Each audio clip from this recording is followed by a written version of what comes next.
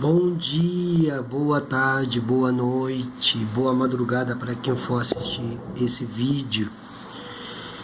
Hoje eu vou ler um texto assim, um pedaço de um texto muito importante para conhecermos um termo não ainda muito claro para muitas pessoas, como é o colonialismo. Uma civilização que se revela incapaz de resolver os problemas que o seu funcionamento suscita é uma civilização decadente.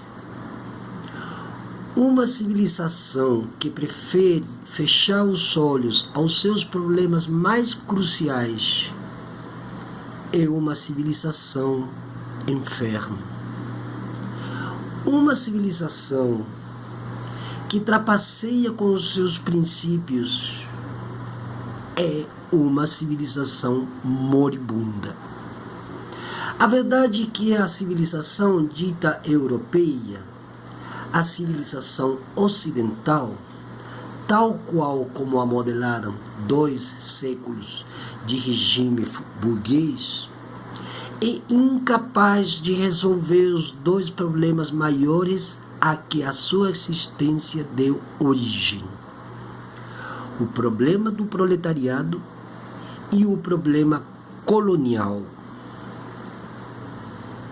Que essa Europa, acusada no tribunal da razão, como no tribunal da consciência, se vê impotente para se justificar e se refugia cada vez mais numa hipocrisia tanto mais odiosa quanto menos suscetível de ludibriar. A Europa, ela é indefensável. Parece que essa constatação que se confiam baixinho os estrategas americanos, o que em si não é grave. O que é grave é que a Europa, moralmente e espiritualmente, ela é indefensável. E acontece que hoje não são unicamente as massas europeias que incriminam, mas é o ato de acusação é proferido no plano mundial por dezenas e dezenas de milhões de homens que, do fundo da escravidão, se erigem como se fossem juízes. Pode-se matar na Indochina, torturar em Madagascar, prender na África Negra, serviciar nas Antilhas. Os colonizados sabem, a partir de agora, que tem uma vantagem sobre os colonialistas. Sabem que seus amos provisórios mentem. Logo, seus amos são fracos. Aimé Césaire, discurso sobre o colonialismo. Pois bem, vamos fazer o que eu sempre chamo de exercício de reflexão. Nós vemos, por exemplo, hoje nos grupos que eu estou, nos grupos de Facebook, no Twitter eu já saí correndo, porque não dá mais depois de que aquele cara, o primeiro trilionário da história, se colonizou o Twitter. Vamos lá, vamos utilizar a palavra colonizar. Mas aqui também eu quero ir numa outra coisa que também é tão transcendente, tão cotidiana, como é a colonização dos próprios brancos dentro daquilo que eles chamam de América Latina, que tomaram para si como verdadeiro e que quiseram impor para todo o resto da população. inclusive para os jovens de hoje que não têm a mínima ideia onde eles estão parados. E é a colonização de sua própria colonização, digamos assim, que é uma metacolonização. O próprio branco, ele é colonizado, o branco, inclusive classe média, acadêmico, intelectual, ele é colonizado pela sua própria colonização. E eu vou colocar como exemplo a coisa mais conhecida por todo mundo, as obras de Carlos Marx. Olha, filiais de Carlos Marx estão em toda parte. São os filiazeiros, né? Filial de Heidegger, filiais de Nietzsche, filiais de Marx, filiais de Lenin, filiais de Mao Tse-tung, filiais de Ho Chi Minh. E eles pretendem, com essas ideias desses pensadores, tentar solucionar os gravíssimos problemas que tem a América Latina, como o Brasil também tem. E não chegam a lugar nenhum. Não estou contra as obras de Marx. E eu estou contra essa metacolonização da própria injeção colonizadora que o branco latino-americano brasileiro tem na sua cabeça, achando que lendo as obras de Carlos Marx e passar durante horas e horas em canais em YouTube falando sobre, vão solucionar os problemas mais trágicos e dramáticos da vida humana dentro de uma circunscrição que, neste caso, eles mesmos decidiram, sem perguntar a ninguém, chamar de Brasil. Pois bem, as obras de Marx, que hoje ali, inclusive em alemão, e que inclusive esses escritos que eles leem, não são os escritos principais. Foi aquilo que as editoras europeias na época, estamos falando de 1880, 1889, 1900, 1904, decidiram publicar, porque Marx escrevia em manuscritos. E coitado Marx, era uma pessoa tão vulnerável, tão frágil, como talvez eu mesmo, na situação em que eu vivo, talvez como alguns de vocês. Passou fome, seus filhos morreram de tuberculose, ninguém dava emprego para ele. Era um bom judeu, um judeu realmente judeu, que foi chutado pelos próprios judeus, e que os próprios judeus se deturparam a própria obra deles.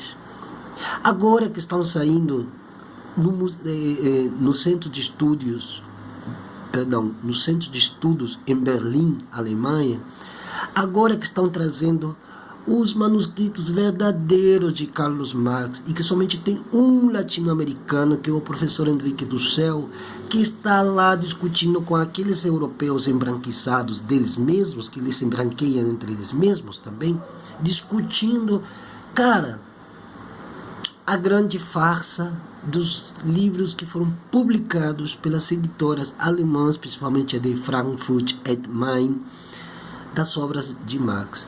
E assim como com Marx, com todos os autores europeus acontece a mesma coisa. Quando eu li a obra de Marx, O Capital, em alemão, e eu comecei depois a ler em espanhol e em português, é que eu comecei a descobrir a grande armadilha. Qual que é a armadilha? É a armadilha linguística. Acontece com a Bíblia, que para ler a Bíblia, vocês têm que ler em hebraico. Para ler Marx, Freud, vocês têm que ler em alemão. E ver se esses conceitos que se utilizam nessas línguas, em hebraico, em alemão ou em latim mesmo, tem alguma coisa a ver com as palavras que nós no século XX utilizamos em português ou em espanhol. E aí que a gente começa a descobrir que não tem nada a ver. E que as realidades históricas onde se situava nesses autores não tem nada a ver com nossa realidade histórica.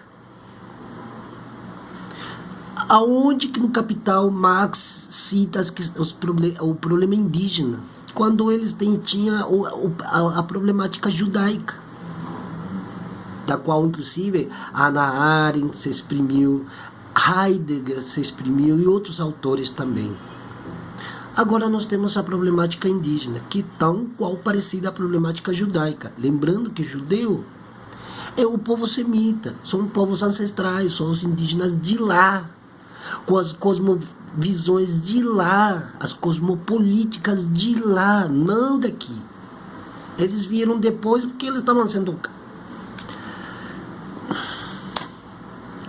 E aí se produz essa outra colonização, que é uma metacolonização branca, achando que vão tirar da tumba o Marx, trazê-lo para cá e ver se ele tem a solução para os nossos problemas latino-americanos, brasileiros, etc. e tal. Não tem solução. Quando os mesmos brancos começam a falar assim, porque nós precisamos nos libertar da escravidão, e começam a falar as questões, por exemplo, de classes, eles estão trazendo novamente o colonialismo deles para a cabeça deles e ainda impor esse colonialismo para o resto dos nós pobres mortais. E realmente é esquizofrênico. E eu tenho várias formas de mostrar que esse metacolonialismo branco, que se soma ao colonialismo dos próprios brancos, desde 1492 nas Américas, desde 1500 no Brasil, continua na mesma faceta de tentar impor coisas que não são deles mesmos, inclusive, e olharem para a Europa como se a Europa tivesse a solução para os nossos problemas. Olha, é tipo, é como se eu tivesse os meus problemas e eu vou lá no meu vizinho que mora a 5 quadras daqui, perguntar para ele, indagar nele se ele tem a solução para os meus problemas, sendo que ele mora a 5 quarteirões de aqui. Não é o mesmo morar onde eu estou aqui agora que morar a 5 quarteirões onde eu nem sei como que se funda nas bases dessa realidade interna, desse lugar, dessa rua, mesmo que o pano de fundo seja o mesmo. Nascer no Brasil não é o mesmo que nascer na China. Nascer em São Paulo não é o mesmo que nascer no Pará. São duas realidades totalmente diferentes. Sair de São Paulo para ver se o cara lá em Belém do Pará tem a solução para o problema de São Paulo é a coisa mais absurda. É uma estripúlia que eles fazem.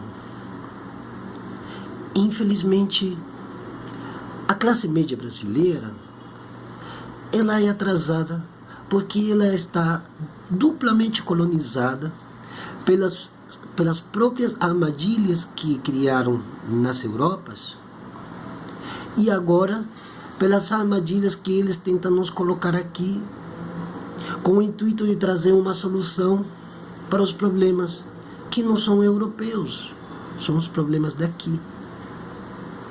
Se essa tal de classe trabalhadora está fodida, cagada, vomitada e mal paga, é pela mesma razão. Porque se tentou fundar um proletariado aqui no Brasil, principalmente desde os anos 50 para cá, achando que o proletário daqui é o mesmo proletário da classe operária inglesa à época da Revolução Industrial de 1870. Quando não é sequer garantia de realidade de que o que passa o operariado aqui, que nem existe mais, tenha as mesmas instâncias reivindicativas do que o operariado alemão, francês, inglês dos anos 1870, dos anos 1900. Não tem cabimento. Como eu bem disse, alguns parágrafos e conceitos de alguns livros servem para nós fazer esse exercício de reflexão. Mas não serve para promover soluções, para trazer algum agrado. Não serve, porque os nossos problemas aqui são tão nossos e são tão parecidos que se nós voltarmos para nós mesmos, nós viveremos 500 anos mais nesse dilúvio de incertezas, nessa churrascaria de dramatismo, nesse como que se fala, nessa caçamba de desleixos e descasos, nesse lixão de descasos. Se a população branca, descendentes de europeus que vieram dos anos 50, não começam a ouvir as nossas vozes autóctones, eles vão viver 500 anos mais de atraso. E junto com eles vão levar todos nós. Porque o atraso não é nosso. O atraso nem sequer ele é, digamos assim, autóctone, indígena. O atraso foram eles que trouxeram o atraso. E aqui o próprio Aimé Césaire, nesse grandiosíssimo discurso sobre o colonialismo que assustou os franceses em 1960, e que depois Jean-Paul Sartre, por causa desse texto, virou a sua jaqueta e se opôs, começou a perceber que os brancos franceses de classe média eram também um bando de colonizados. Foi graças a esse texto, e foi graças a esse texto que começou a se falar em filosofia da libertação na América Latina, de onde surgiu, inclusive, o grande discípulo Frantz Fanon, que pela primeira vez começou a olhar os problemas da América Latina a partir dos problemas do Caribe, e que depois veio Mariátegui, que veio Leopoldo Zea, que veio Ramon Grossfogel, que vieram outros pensadores indígenas e começaram a trazer à baila uma forma outra de ver a colonialidade e o colonialismo. Enquanto o povo branco, descendentes de europeus, eu não tenho nada contra eles porque eu tenho muitos amigos, assim, amigas, né? Mas enquanto eles não abandonarem essas teses que já não nos servem mais, como disse a música da Elis Regina, e não se voltarem para as razões próprias dos problemas que intensificam nossas contradições, não haverá solução e nós viveremos, como eu já disse antes, 500 anos mais de drama, de tragédia, de morticínio e de saque. Se é que daqui a 500 anos o planeta Terra ainda exista e nós estejamos dentro dessa nave. Muito obrigado.